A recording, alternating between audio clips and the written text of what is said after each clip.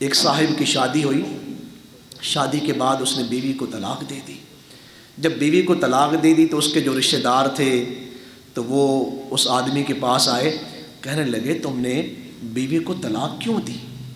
اس میں کون سی برائیاں تھیں جن برائیوں کی وجہ سے تو نے طلاق دی؟ ہم جس معاشرے میں رہ رہے ہیں یہاں اگر کسی کی شادی ہو جائے تب اس قوم کے لیے پریشانی ہے، اگر کسی کی طلاق ہو جائے تب بھی اس قوم کے لیے پریشانی ہے۔ ہمارے ہاں ایک خاص طبقہ ہے، اس کا کام ہی یہی ہے، وہ کسی کی شادیوں پر بحث کرتا ہے اور کسی کی طلاق کے اوپر بحث کرتا ہے۔ یہ پچھلے دنوں ہماری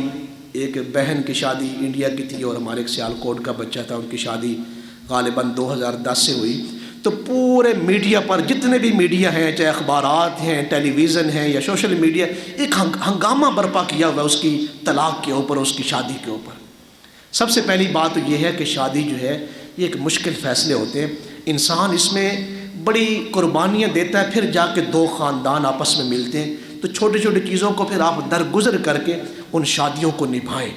اچھی بات تو یہ ہے، لیکن اگر طلاق ہو جاتی ہے تو ان کے درمیان پتہ نہیں کوئی پریشانی ہے کہ نہیں، قوم پوری پریشان ہے کہ ان کے درمیان طلاق کیوں ہوئی ہے،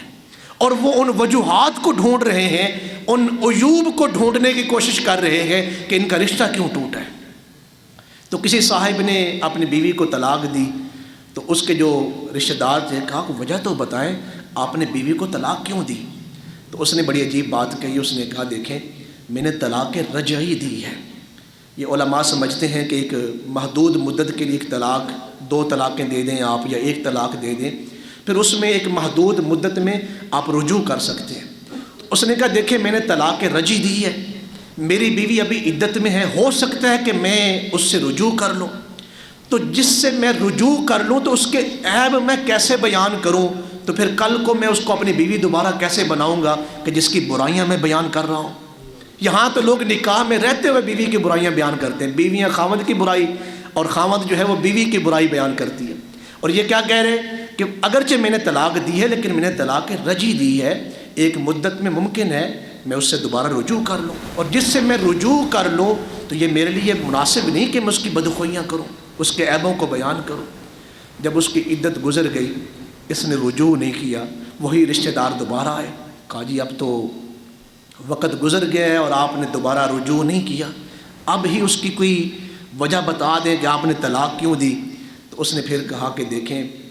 ابھی وہ جو ہے وہ اس عمر میں ہے کہ اس کی دوسری شادی ہو سکتی ہے، اگر میں اس کی برائیاں بیان کروں گا تو ممکن ہے کہ کوئی اس سے شادی نہ کرے، میری وجہ سے اس کی زندگی برباد ہو جائے، تو یہ گناہ میں اپنے سر کیوں لوں؟ تو میں نہیں کر سکتا۔ کچھ عرصے بعد اس خاتون کی شادی کسی اور جگہ پر ہو گئی، تو پھر وہی رشتہ دار اس آدمی کے پاس دوبارہ آئے کہ اب تو وہ نہ عدت میں ہے اور نہ ہی غیر نکاح ہے، اب تو اس کی شادی فلاں جگہ پہ ہو چکی ہے، اب بتائیں کہ آپ کی اور اس کی طلاق کیوں ہوئی تھی؟ تو پھر اس نے کہا دیکھیں جو کسی اور کی بیوی ہے میرے لیے وہ اجنبی ہے، تو میں ایک اجنبی کی عزت کیوں پامال کروں اور اس کے گناہوں کا ذکر کروں؟ واصف علی واصف نے کہا تھا اگر آپ کسی کے ساتھ چل نہیں نہ سکتے پھر اس کو رسوا نہ کریں۔ ہمارے ہاں یہی مسائل ہوتے ہیں کہ میاں بیوی کی جب آپس میں کسی بات پہ لڑائی ہوتی ہے پھر وہ بڑھتی جاتی ہے، اس کی وجہ یہ ہے کہ ہم اس کے عیوب کو بیان کر رہے ہوتے ہیں۔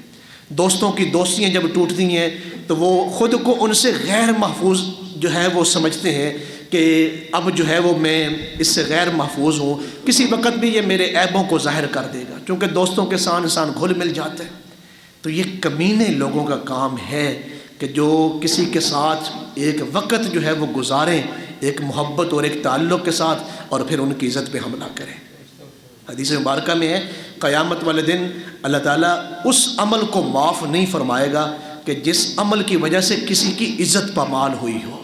جب تک وہ خود معاف نہ کر دے۔ آپ کی وجہ سے، میری وجہ سے اگر کسی کی عزت پامال ہوئی ہے ہمارے کسی عمل کی وجہ سے، جب تک وہ بندہ ہمیں معاف نہ کر دے اللہ تعالیٰ بھی اس گناہ کو کبھی معاف نہیں فرمائے گا۔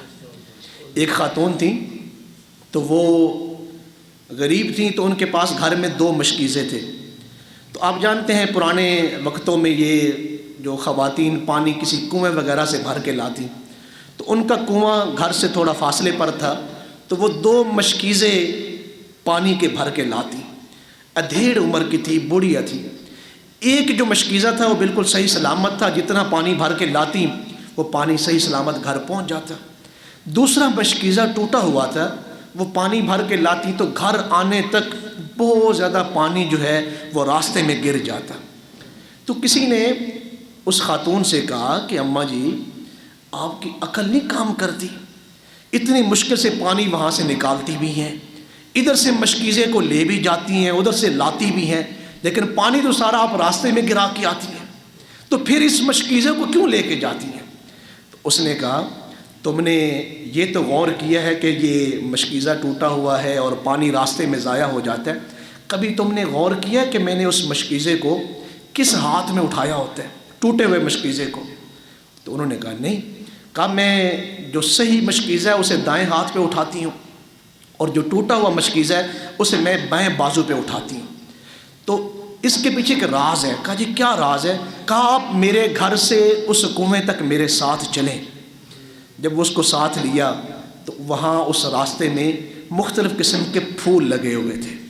تو اس نے کہا جب یہ مشکیزہ ٹوٹا اور اس سے پانی رسنے لگا تو میں نے اس راستے کے اوپر جو ہے مختلف پھولوں کے بیج ڈال دیے۔ تو یہ پانی میں اس لیے اس ٹوٹے ہوئے مشکیزے سے بھر کے لاتی تھی تاکہ ان پھولوں کو جو ہے وہ پانی ملتا رہے، اس لیے میں یہ عمل کرتی تھی۔ تو ان پھولوں نے مجھے یہ فائدہ دیا کہ کئی مرتبہ میں نے ان کی خوشبو بھی سونگھی ہے، اور ان مختلف پھولوں کو کئی مرتبہ میں نے یہاں سے توڑا بھی ہے، اور اس کے گلدستے بنا کے میں نے گھر میں بھی سجائے ہیں، اور میں نے اپنی سہیلیوں کو بھیجے ہیں جو بڑی خوش ہوئی ہیں۔ اگرچہ آپ کو یہ نظر آ رہا ہے کہ ٹوٹا ہوا مشکیزہ میں لا رہی ہوں، آپ کو یہ نظر نہیں آ رہا کہ اس ٹوٹے ہوئے مشکیزے نے مجھے کتنے گلستان دیے ہیں، کتنے پھولوں کے گلدستے دیے ہیں۔ جس بیوی کو آپ طلاق دے رہے ہیں ایک وقت آپ نے اس کے ساتھ گزارا ہے، اگر اس کی برائیاں تھیں اس کی اچھائیاں بھی تھیں۔ اگر کسی موقع پر آپ کا تعلق کسی کے ساتھ ٹوٹ رہا ہے، کسی دوست کے ساتھ آپ کی دوستیاں ٹوٹ رہی ہیں، یا کسی رشتہ دار کے ساتھ آپ کے رشتے ٹوٹ رہے ہیں، تو عقل مند بندہ وہ ہے جو اس خاتون کی طرح دیکھے تو صحیح، اگر ان کا کسی موقع پہ ایک دو مرتبہ نقصان ہوا ہے تو فائدے کتنے ہوئے ہیں،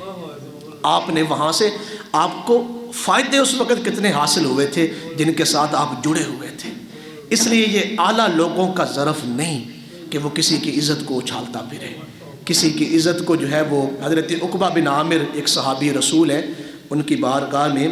حضرت ابو الحیثم تشریف لائے، تو انہوں نے اپنے پڑوسیوں کی شکایت کی کہ میرے جو پڑوسی ہیں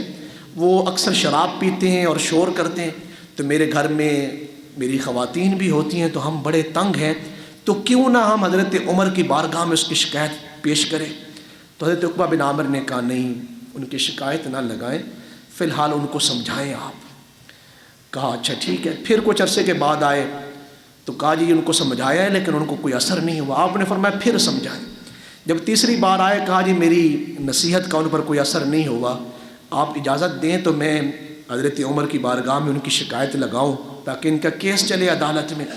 تو عظیم جملہ حضرت عقبہ بن عامر نے اس وقت بیان فرمایا ابو الحیثم میں نے اللہ کے رسول سے سنا، میرے آقا کریم صلی اللہ علیہ وسلم نے فرمایا تھا کہ جو کسی کے عیبوں پر پردہ ڈالتا ہے اس کی مثال ایسے ہے جیسے زندہ کی درگور کی ہوئی لڑکی کو اس نے قبر سے زندہ بچا لیا ہو۔ اس زمانے میں عرب میں اگر بچیاں پیدا ہوتی تو ان کو وہ زندہ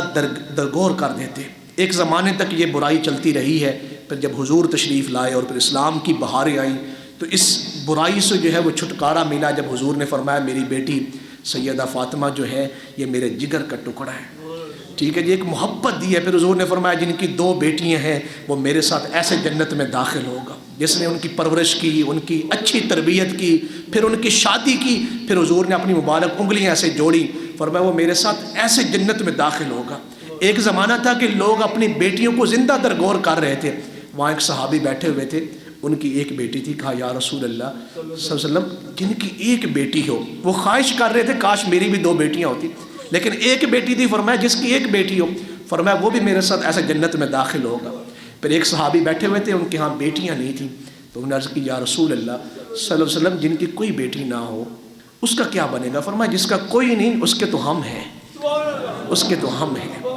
تو یہ محبت پیدا کر دی گئی لیکن جس دور میں لوگ اپنی بیٹیوں کو زندہ درگور کر رہے تھے تو زندہ درگور کی جانے والی بچی کو وہاں سے نکالنا اور پھر اس کی تربیت اور پرورش اور اس کی شادی کر دینا، اپنی بیٹی بنا لینا، حضرت عقبہ بن عامر نے کہا جتنا اس عمل کا ثواب ہے اتنا ہی اس بندے کو اللہ اجر عطا کرتا ہے جو اپنے مسلمان بھائی کے عیب کے اوپر پردہ ڈالتا ہے، اس کے عیب کو چھپاتا ہے۔ تو آئیں معاشرے میں نفرت کو نہ پھیلائیں، معاشرے میں دشمنی کو فروغ نہ دیں۔ اگر کسی کی نجی زندگی کے بارے میں کچھ اس میں حدود ہیں کہ کچھ اس طرح کی اجازتیں ہیں محدود